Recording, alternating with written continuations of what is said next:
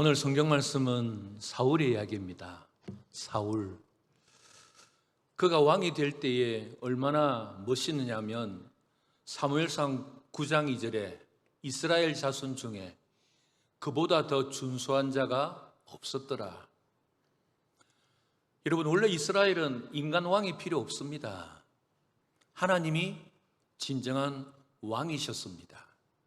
그럼에도 불구하고 이스라엘은 우리도 이웃나라처럼 사람 왕 한번 세워보았으면 좋겠습니다 하도 요청해서 하나님은 그래 한번 해봐라. 여러분, 우리 신앙인들은 지식과 지혜와 분별력이 뛰어난 것 같지만 아주 미련한 사람들입니다. 왜냐하면 아무리 설득하고 설복하고 권고하고 권면해도 안 듣습니다. 언제 듣느냐? 인생이 밑바닥으로 한번 치고 난 다음에 그때서 두 손 들고 하나님 앞에 나옵니다. 그렇기 때문에 여러분의 자녀들이 뭔가 요구하고 부모가 설득하고 설복시켜서 권고해도 안 들으면 그냥 내버려 두세요. 저그들이 한번 밑바닥을 인생 치고 난 다음에 스스로 깨달아야지 아무리 이야기해도 안 깨닫습니다. 우리가 그런 존재이란 거죠. 그래서 하나님께서 허용하신 거예요. 하나님의 뜻이 아니었어요. 그래, 인간 왕이 얼마나 너희들에게 좌절을 가져다 줄 것인지 한번 해봐라. 그래서 이스라엘 자손들 중에 그보다 더 준수한 사람이 없다 생각해서 사울을 왕으로 추대했습니다. 그런데 오늘 본문에 보면 11절에 하나님이 그가 왕이 된 후에 이렇게 말씀하시죠. 내가 사울을 왕으로 세운 것을 후회하노니. 하나님께서는 후회 같은 거 안 하십니다. 하나님은 실수 같은 것 안 하십니다. 다른 번역성에 보면 하나님이 사울을 이스라엘 왕으로 세운 것을 슬퍼하노니. 그보다 더 준수한 자가 없고 왕감이 되는 사람이 없어서 이스라엘이 추앙을 했고 하나님이 허용하셔서 왕의 삶을 살았는데 시간이 지나면 지날수록 하나님에게 슬픔이 되고 온 이스라엘에게 슬픔이 되는 거죠. 하나님이 여러분과 저를 예수 믿어 구원받아 자녀 삼아 주셨습니다. 우리가 사명자로서 이 땅의 삶을 살아갈 때에 지금 현재 우리의 현 주소가 하나님이 보시기에 우리를 기뻐하실 것인가? 하나님이 보시기에 우리를 슬퍼하실 것인가?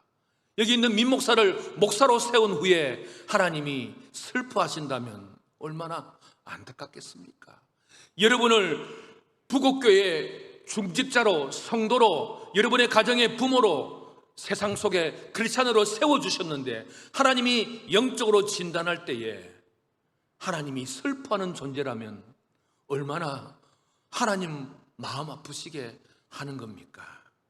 우리가 사울처럼 하나님 보시기에 슬퍼하는 존재가 아니라 하나님이 기뻐하는 존재가 되기 위해서 우리는 어떻게 하면 될까요? 여러분, 사울처럼 하면 하나님의 슬픔이 됩니다.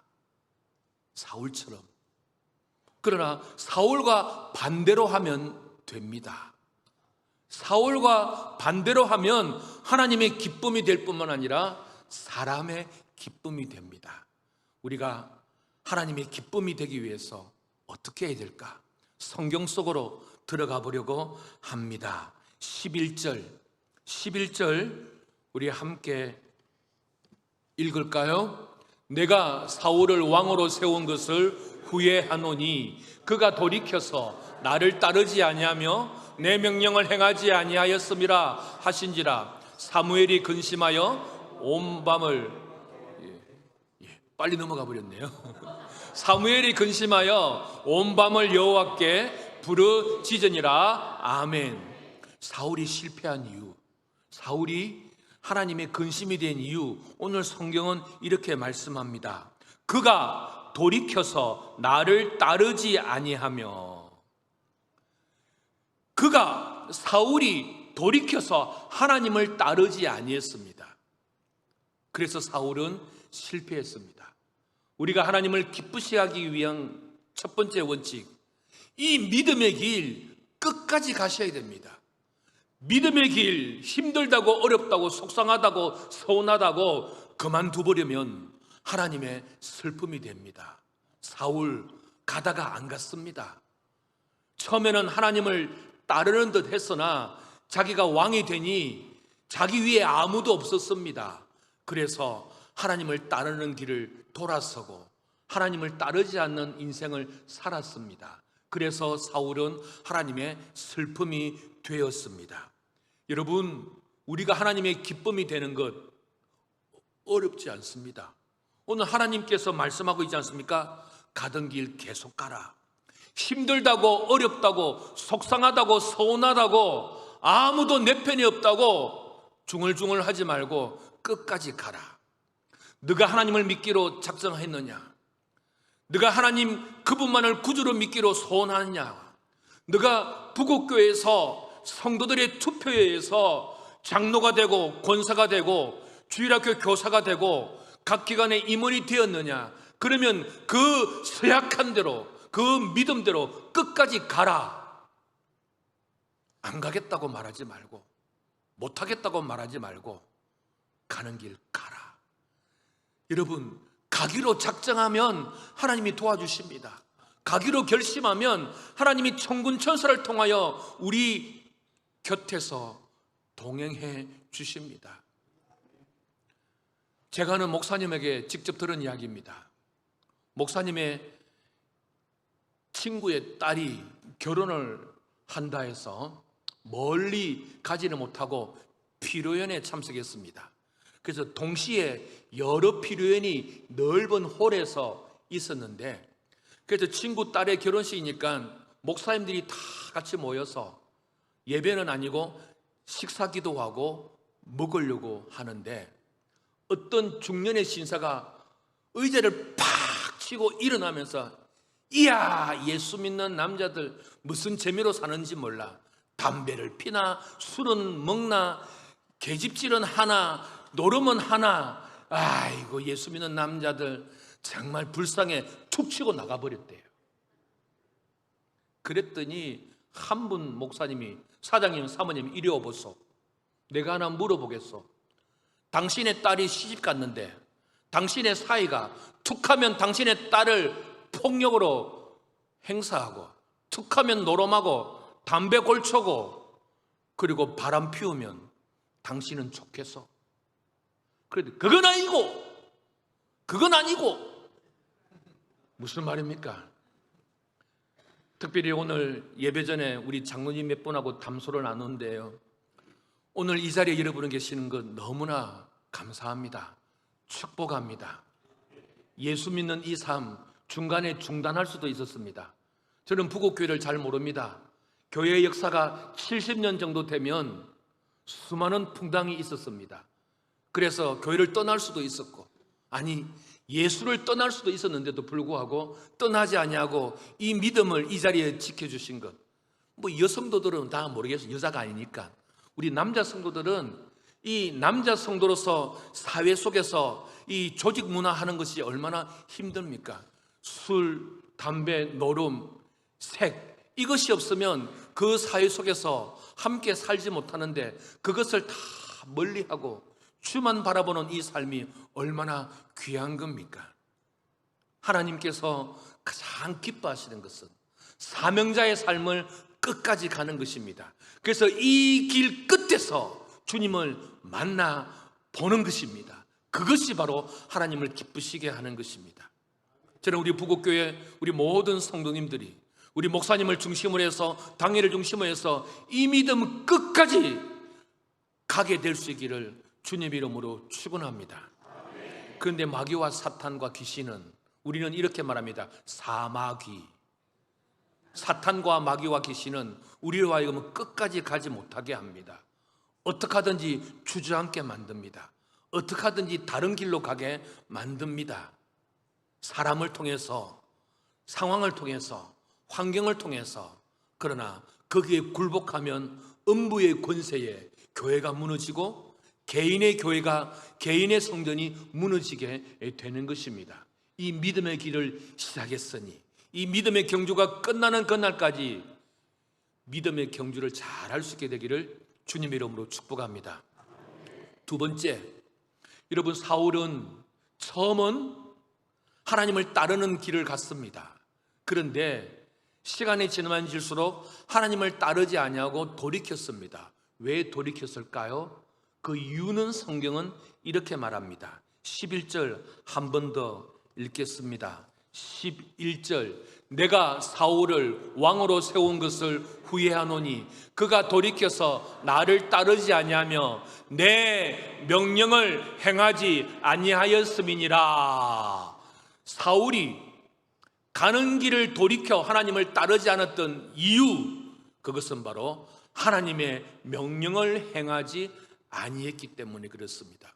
사울이 실패한 이유, 하나님의 명령을 가볍게 여겼기 때문입니다. 우리가 하나님의 기쁨이 되기 위해서는 두 번째, 하나님 말씀을 절대적으로 믿어야 할 것입니다. 성도 여러분, 우리가 하나님의 말씀을 가볍게 여기고 하나님의 말씀을 우습게 여기면 상황이 나를 끌고 갑니다. 환경이 나를 끌고 갑니다. 사람들의 말이 나를 주저앉아 버립니다. 내 연약함이 우리의 삶을 포기하게 만듭니다. 하지만 나를 끌고 가게 하는 것, 나를 끝까지 가게 하는 것, 이 사명의 끝자리까지 가게 하는 것은 오직 하나님의 말씀입니다. 그 말씀 외에 다른 것이 우리의 기준이 될 수가 없습니다. 그 말씀 외에 다른 것이 우리를 끌고 가게 할 수 없습니다. 다른 것이 우리의 삶에 개입해서 우리를 주장하게 할 수 없습니다. 오직 하나님의 말씀. 그러나 사울은 하나님의 말씀을 버렸습니다. 그래서 가던 길을 돌이키게 했습니다. 사울만 그렇습니까? 이스라엘이 그렇습니다. 이스라엘만 그렇습니까?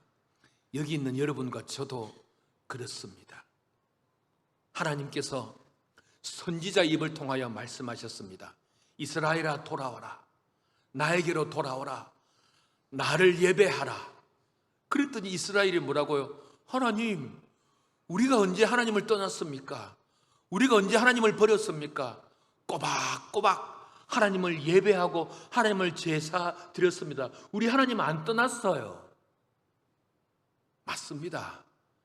이스라엘은 하나님을 안 떠났습니다. 하나님을 예배했습니다. 그런데 하나님과 우상을 겸하여 예배했습니다. 하나님과 돈을 겸하여 사랑했습니다. 하나님만 사랑해야 되는 이스라엘이 하나님도 사랑하고 우상도, 하나님도 재물도, 하나님도 자식도 사랑하게 된 거죠. 여러분과 저는 어떠하십니까? 오로지 하나님이십니까? 오로지 그분의 말씀이십니까? 아니면 세상의 돈과 명예와 권세와 자식도입니까? 여러분, 예수 믿으면 구원을 받습니다. 그런데 아닙니다. 예수도 믿고 돈도 믿고 예수도 믿고 내 명예도 믿고 예수도 믿고 자식도 믿고 여기에는 구원이 없습니다. 오직 예수 그분만을 믿을 때에 구원이 있습니다. 이 시대를 살아가는 저도 그렇고 여러분도 그렇고 예수님만 믿어서 고난의 길, 십자가의 길, 섬김의 길, 희생의 길을 가는 것보다 예수도 믿고 돈도 믿고 예수도 믿고 세상 질서도 믿으면서 적당하게 타협하면서 살아가는 부유한 삶을 살아가는 것이 오늘 우리의 모습 아니겠습니까? 거기에는 구원이 없습니다. 거기에는 끝까지 가게 만드는 힘이 없습니다. 우리의 모습을 한번 돌아봅시다. 여러분이 잘 나가서 성취하는 인생 살아가는 것 좋습니다. 하지만 연약하여 쓰러진 그곳에서 우리가 붙잡아야 될 것은 하나님과 그분의 말씀입니다. 벼랑 끝에서 우리가 붙잡아야 될 것은 하나님의 말씀이고, 인생의 벼랑 끝에서 바라봐야 될 것은 하늘의 하나님이시고, 내 썩어 문드러진 상처와 비어있는 이 공허한 가슴에 담아야 될 것은 오직 하나님의 말씀입니다. 그 말씀을 붙잡을 때에 그 말씀이 나를 일으킬 것입니다. 그 말씀을 붙잡을 때에 말씀이 나로 하여금 가게 할 것입니다. 사울은 하나님의 말씀을 무시했습니다. 말씀은 말씀이고 나는 나다. 제가 부족하지만 경남노예를 섬깁니다. 교회들마다 이런저런 어려움이 있습니다. 그러나 놀라운 사실은 화해를 조정합니다. 그런데 하시는 말씀들이 말씀은 말씀이고 내 눈에 흙이 들어가기 전에 화해는 없다. 여러분, 이것이 그리스도인일까요? 이것이 신앙인일까요? 이것이 하나님을 기쁘시게 할까요? 말씀이 우리를 치유하고 말씀이 우리를 회복시켜 줄 텐데, 이 말씀을 가볍게 여기고 이 말씀을 무시하는 그 인생이 어떻게 하나님을 기쁘시게 할 수가 있겠습니까? 하나님은 우리에게 말씀하십니다. 말씀대로 믿고 살 때에 하나님을 기쁘시게 하는 것입니다. 부곡교회와 모든 성도들이 우리를 살리는 하나님의 말씀, 부곡교회를 70년이 아니라 주님 오시는 그날까지 700년 동안 살아있게 만드는 교회의 머리가 되시는 그 주님의 말씀, 그 주님의 말씀만을 붙잡을 때에 70년이 아니라 700년까지도 가게 될 것입니다. 그 부르심의 자리까지 끝까지 갈 수 있는 부곡교회와 여러분 모두가 될 수 있기를 주님의 이름으로 축복합니다. 사울이 실패한 이후 하나님을 따르는 길을 포기했습니다. 그리고 말씀에 순종하는 길을 포기했습니다. 그때에 오늘 본문에 보면 사무엘이 왕을 바라보며 이 민족을 바라보며 한 행동이 오늘 본문에 있습니다. 본문 11절 한 번 더 보겠습니다. 11절입니다. 본문 11절입니다. 11절 다시 읽겠습니다. 11절 내가 사울을 왕으로 세운 것을 후회하노니 그가 돌이켜서 나를 따르지 아니하며 내 명령을 행하지 아니하였음이라 하시니라. 사무엘이 근심하여 온 밤을 여호와께 부르짖으니라. 사무엘이 근심하여 온 밤을 여호와께 부르짖었더라. 왜요? 이스라엘의 왕이 하나님을 따르는 길을 포기해버리고 하나님의 명령을 우습게 여기니 하나님의 선지자 사무엘은 온 밤을 지새며 왕을 위하여 나라를 위하여 기도했습니다. 세 번째, 하나님을 기쁘시게 하는 삶, 그것은 바로 기도하는 삶입니다. 성도 여러분, 나라가 쑥대밭되었습니다. 임금이 아니었습니다. 그래서 사무엘은 기도밖에는 다른 방법이 없었습니다. 오로지 기도밖에 없었습니다. 그래서 나라를 걱정하며 왕을 걱정하며 백성들을 슬퍼하며 온 밤을 지새워 기도했습니다. 여러분, 사무엘의 기도가 없었으면 어떻게 되었을까요? 하나님의 사람, 기도의 사람이 온 밤을 지새워 기도하지 않았다면 아마 하나님의 나라의 역사에 이스라엘이 아니라 다른 민족을 쓰실 수도 있었을 것입니다. 그러나 사무엘과 같이 기도하는 한 사람이 있으니 이스라엘을 보존하사 사울을 패하시고 준비된 새로운 왕 다윗을 세우는 거죠. 기도하는 한 사람이 있었을 때에 하나님이 촛대를 옮기지 아니하고 그 나라와 교회와 가정과 개인을 하나님이 붙들어 주시는 것이죠. 하나님을 기쁘시게 하는 삶, 바로 기도하는 삶입니다. 교회들마다 사울 같은 사람들이 꼭 있습니다. 북어교회는 사울 같은 사람이 없겠죠? 대답 안 하시는 거 보니까 많으신갑네. 사울 같은 사람이 반드시 있습니다. 그때에 많은 사람들은 이 사울에 대하여 이러쿵저러쿵 비아냥거리고 비판하고 헐뜯고, 이 사울 같은 사람을 우리의 대화 속에 올려놓고 난도질해버립니다. 이것이 일반적인 교회의 모습입니다. 또 사울과 같은 사람은 아니지만 사울과 같은 어떤 사역들이 있습니다. 사역을 해야 되고 일을 해야 되고 하나님의 비전을 꿈꿔야 되는데 너무 힘겨운 거예요. 어려운 거예요. 부담되는 거예요. 지금은 아닌 것 같아요.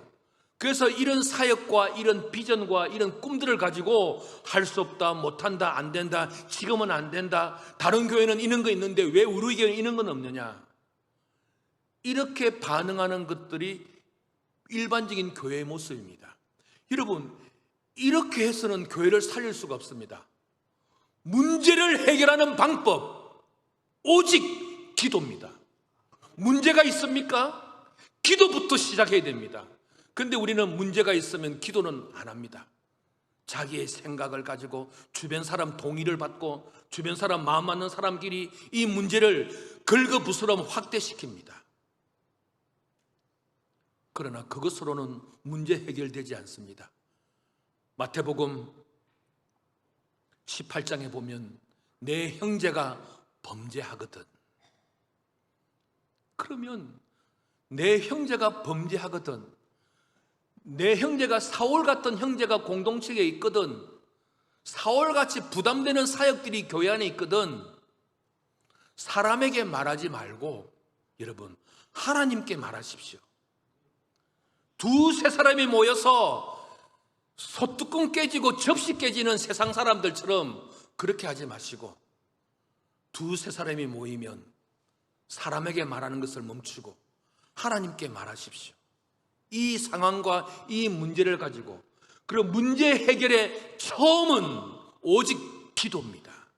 그럴 때 하나님이 그 상황 가운데 지혜를 주시고 능력을 주십니다. 그런데 우리는 기도는 안 합니다. 처음부터 사람들끼리 모여서 계획하고 의논하고 다른 방법, 다른 사람, 다른 교회가 한 것을 바라봅니다.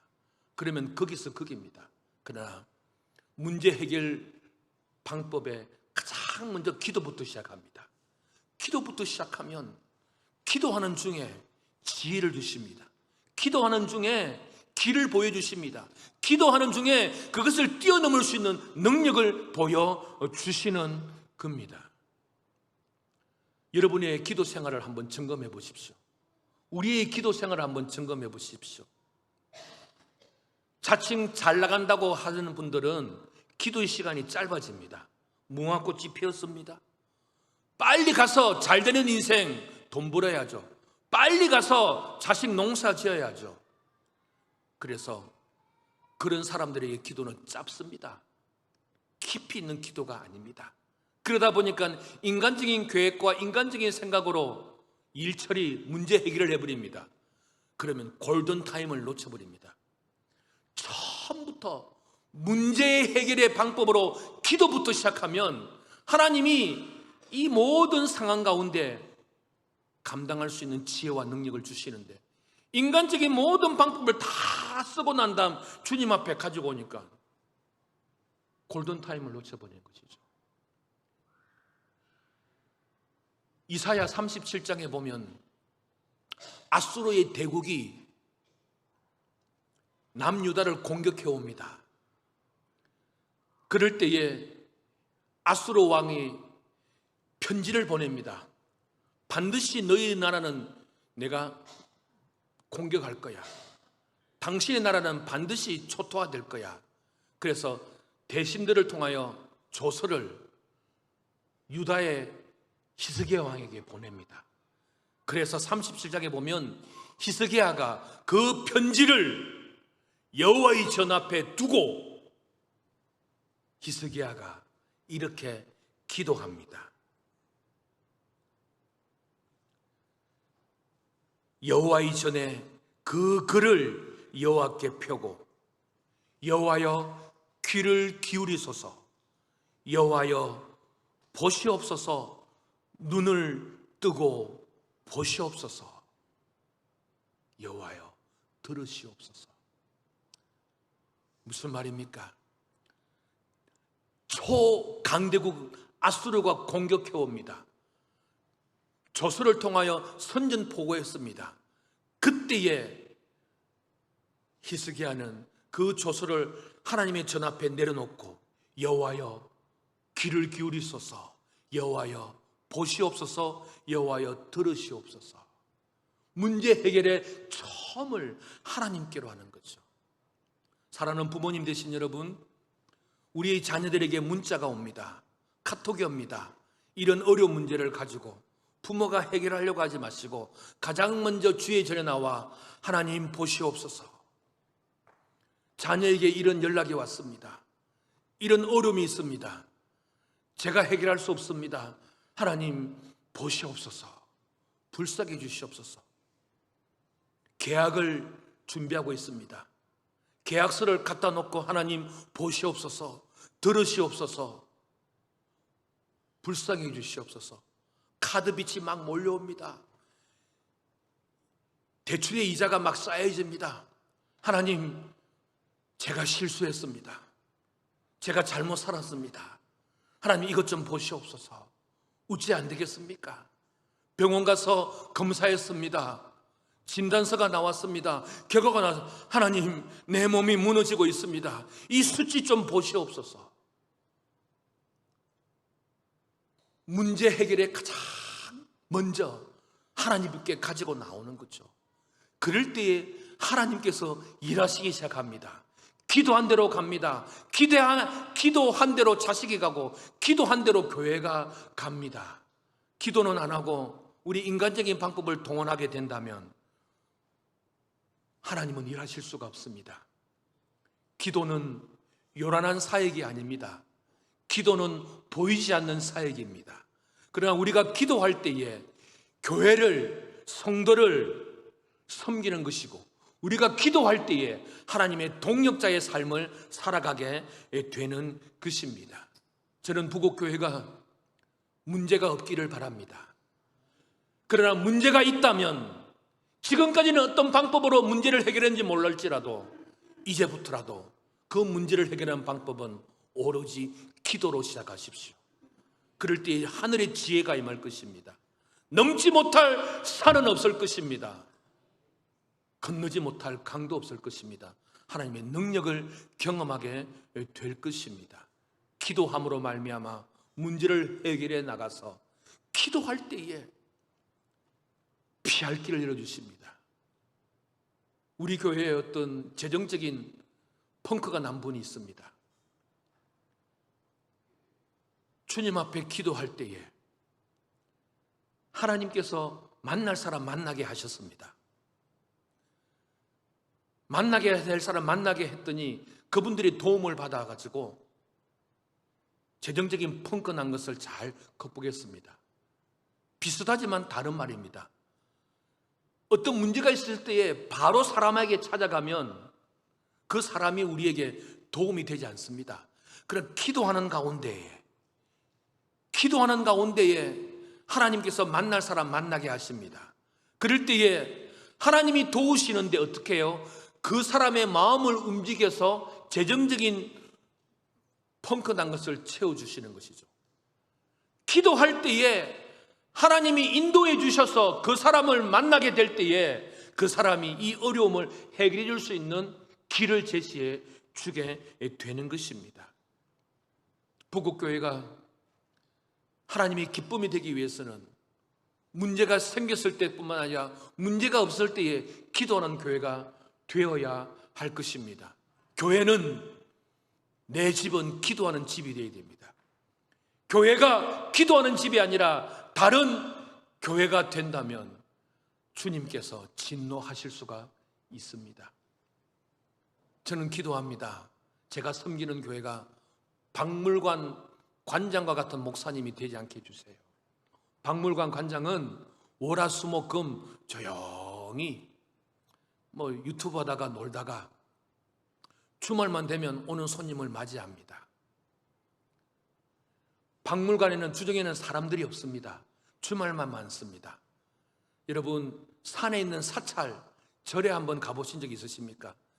등산하다가 지나가서 정말 그 절에서 정말 주지 스님들이 또 이렇게 보살들이 불공을 외치는 소리가 있습니다.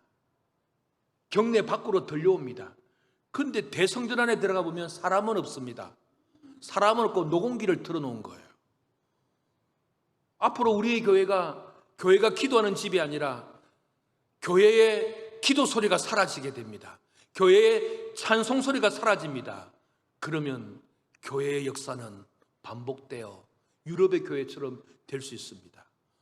문제를 해결하는 우선순위의 기도만이 아니라 문제 없을 때의 기도함으로 말미암아 하나님의 은혜를 담을 수 있는, 그래서 하나님을 기쁘시게 하는 부국교회 여러분 모두가 될 수 있기를 주님의 이름으로 축복합니다.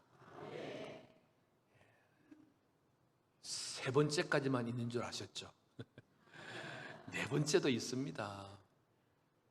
네 번째, 여러분 우리가 주의 길을 가지만 연약하여서, 말씀에 순종하지만 연약하여서 기도해야 되지만 기도 못할 때가 있습니다. 그러나 기도함으로 말미암아 이 모든 것들을 다 회복되어서 우리에게 아름다운 삶이 허락될 때에 이렇게 해야만 하나님을 기쁘시게 할 수 있습니다. 그런데 사울은 마지막 이것 때문에 하나님의 슬픔이 되었습니다. 본문 12절 우리 함께 읽겠습니다. 사무엘이 사울을 만나려고 아침에 일찍이 일어났더니 어떤 사람이 사무엘에게 말하여 이르되 사울이 갈멜에 이르러 자기를 위하여 기념비를 세우고 발길을 돌려 길갈로 내려갔다 하는지라. 이 상황을 아시겠습니까? 나라가 위태롭습니다. 왕은 정신 차리지 못하고 있습니다. 그래서 선지자 사무엘이 온 밤을 새워 기도해서 아침을 맞이했습니다. 그래서 왕에게 찾아가려고 합니다. 왕에게 하나님의 말씀을 전하려고 찾아갔습니다. 그런데 왕이 없어요. 어디로 갔다고요? 길갈로 갔어요. 길갈로 왜 갔습니까? 성경에 보면 자기 기념비를 세우려고, 자기를 위하여 기념비를 세우려고 길갈로 간 거죠. 선지자는 나라를 걱정하며 왕을 걱정하며 기도하고 왕을 만나러 갔는데, 왕으로 만나간 그 시간에 왕은 자기를 위하여 기념비를 세우려고 길갈로 간 거죠. 사울 왕이 실패한 이유, 마지막 네 번째, 자기를 위하여 기념비를 세웠기 때문에. 우리가 실패하지 않고 하나님을 기쁘시게 하기 위해서는 나를 위하여 기념비를 세우지 않습니다. 내 이름을 남겨놓지 않습니다. 이 땅에 내 이름을 남겨놓지 않습니다. 하나님의 기쁨이 되는 사람은 오로지 주의 이름만을 남겨놓습니다. 예수님께서 십자가를 지시기 전에 제자들을 불러 모았습니다. 그들의 발을 씻었습니다. 그리고 그들에게 최후의 만찬을 나눕니다. 제 같으면 그렇게 안 합니다. 현수막 부산에서 제일 좋은 호텔에 방송국 기자들 다 불러가지고 내가 이 땅을 위하여 죽을 것이고 내 이 영광스러운 일들을 여러분들이 온 세상에 알려주십시오. 그렇게 자기 이름 숫자를 내세울 것입니다. 그러나 주님께서는 제자들과 함께 모여서 조용히 제자들의 발을 씻겨가면서, 그리고는 오로지 이 말씀밖에 안 합니다. 나를 기념하라. 나를 기념하라. 성도는요, 나를 기념하게 하면 안 됩니다. 목사도 나를 기념하게 하면 안 됩니다. 내 이름은 지워지고 오직 주님의 이름만 기념되어야 됩니다. 여러분, 기념비는요, 내가 세우는 게 아닙니다. 오늘 사울을 보면 자기를 위하여 기념비를 세우고, 기념비는 다른 사람이 세워줘야 됩니다. 안 그렇습니까? 스스로 자화자찬하면서 나 이런 사람이야, 나 교회를 위해서 이렇게 해서, 내가 아니면 교회가 이렇게 왔어, 그렇게 말하는 거 아닙니다. 아주 수치스러운 인생입니다. 기념비는 다른 사람이 세워주는 것입니다. 다른 사람이 인정해 주는 것입니다. 다른 사람이 높여주는 것입니다. 그럼에도 불구하고 한 자리에 물러서서 아닙니다, 내가 한 것 아닙니다, 하나님이 하셨습니다. 하나님이 감동 주셔서 하셨고, 내 것이 아니었고 다 하나님이 주신 것이었습니다. 저는 하나님의 심부름꾼이옵니다. 하나님이 하게 하셨기 때문에 한 것입니다. 이것이 참된 성도입니다. 이것이 하나님을 기쁘시게 합니다. 제 모교 있었던 일입니다. 제 모교에서는 어떤 좋은 일이 있고 그러면 성도님들이 이렇게 헌물을 합니다. 헌물을 하는데 어느 날 권사님 한 분이 목사님에게 찾아갔습니다. 우리 아들이 대기업에 취업해서 첫 월급하고 본인이 갯돈 모은 거 다 해가지고 액수를 이렇게 해가지고 목사님한테 드렸어요. 그러면서 목사님 무명으로 해주세요. 그래서 그 다음 주에 목사님께서 그 헌물로 받은 것을 교회에 그 커튼하고 방석을 다 바꿨습니다. 그래서 무명했습니다. 그러니까 성도들이 궁금해하잖아요. 수소문 다 해보는 거예요. 나 안 했는데. 우리 교회는 아마 저분이 했을 거예요. 왜냐하면 그분이 늘 하셨어요. 늘 하셨단 말이에요. 다 저분이 하셨을 거야 라고 생각했어요. 근데 그분도 내가 안 하면 되는데 내가 안 했다고 하면 그분도 가만히 있는 거야. 그게 다 그분이 한 줄 아는 거죠. 내가 안 했다 하면 끝나는 건데. 그런데 밥 먹고 다음 주가 돼도 자기 이름이 안 나오는 거예요. 당연히 안 나와야지. 무명으로 해달라 했잖아. 그런데 자기 이름은 안 나오고 자꾸 저분의 이름만 회자되니까 기분이 나빠가지고 어떻게 했어요? 내가 했다고. 여러분, 우리가 그런 인생입니다. 그러나 하나님을 기쁘시게 하는 인생은 내가 했어도 내가 한 것이 아니다고 한 발짝 뒤로 물러서는 인생일 것입니다. 성도 여러분, 우리 부곡교회 성도 여러분, 어쩌면 부곡교회 성도들 가운데 우리 남진 목사님보다도 교회를 더 사랑하는 분들이 계실 겁니다. 남진 목사님보다도 이렇게 영적인 재능들이 더 있으신 분들이 있을 것입니다. 기도를 한다든지 전도를 한다든지 리더십이. 그럴 때에 은근히 목사님 무시하지 마시고 나 이런 사람이라고 드러내지 마시고 여러분에게 하나님이 주신 은혜와 은사가 있다면 고백해야 되죠. 아닙니다. 내가 한 것은 없습니다. 난 무익한 종입니다. 우리 남자 성도 여러분, 남편 되신 여러분, 아버지 되신 여러분, 한평생 가장으로 수고 많이 하시고 계십니다. 그래서 집에 가서 큰 소리 치시면 못난 남편이고 아버지입니다. 내가 말이야 돈을 이렇게 벌어왔는데 당신이 애 하나 못 키우고 뭐하냐고, 너는 뭐하냐고, 열심히 공부해야지. 그러면요, 요즘은 꼰대라고 말합니다. 그럴 때 어떻게 됩니까? 아니야, 아버지로서 당연히 해야 되는 거였어. 남편으로서 내가 해야 되는 거 한 것뿐이야. 그래야 됩니다. 아내 되신 여러분, 남편의 월급이 조금 부족해서 맞벌이 하시잖아요. 또 여러분이 탁월한 재능이 있어서 도시녀가 되어서 사회생활 하시잖아요. 그런데 집에 가면 똑같이 자식도 남편 수발도 해야 되고, 그래서 막 짜증이 나잖아요. 내가 그래도 실제적인 가장인데 당신보다 내가 돈 많은데 당신은 뭐 하냐고, 너는 좀 네가 알아서 못하냐고 막 자식한테 화를 냅니까? 그러면 하나님을 기쁘시게 할 수 없습니다. 여보, 지금까지 자기가 수고했으니 이제 내가 열심히 더 하면 되잖아. 괜찮아. 얘들아, 아니야. 아빠가 지금까지 얼마나 수고 많이 했어. 이제는 내가 하면 되는 거야. 그리고 너희들도 열심히 하면 돼. 이렇게 해야 하나님을 기쁘시게 하는 가정입니다. 우리 자녀된 여러분, 뭐 공부하는 것이 뭐 별거 있습니까? 공부한다고 허세 부르며 부모한테 대들고 빡빡거리고 그러는 거 아닙니다. 당연히 해야 되는 겁니다. 당연히 공부해야 되는 것입니다. 우리가 그렇습니다. 내 기념비를 자꾸 세웁니다. 내 기념비를 자꾸 세웁니다. 추락하는 것은 날개가 없이 꺾어지는 인생을 살아가는 것입니다. 말씀을 마무리하겠습니다.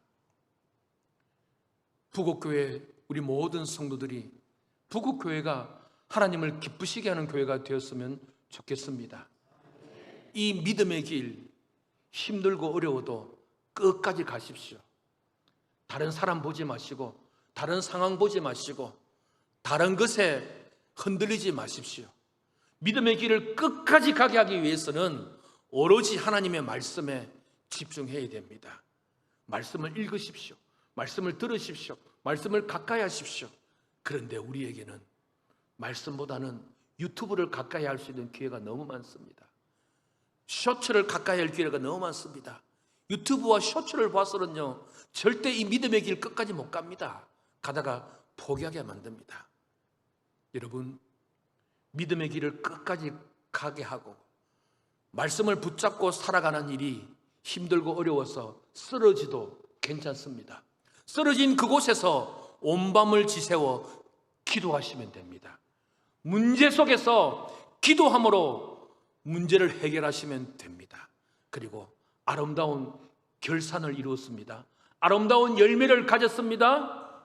소문난 일들을 부곡교회가 여러분이 하셨습니다. 그때에 내가 한 것이 아닙니다. 하나님이 하셨습니다. 내 이름 석자 다 지우개로 지우고 그 자리에 오직 주님의 이름을 높이십시오. 그러면 하나님의 기쁨이 될 것입니다. 이 은혜가 부곡교회 안에 충만하게 되기를 주님의 이름으로 축원합니다.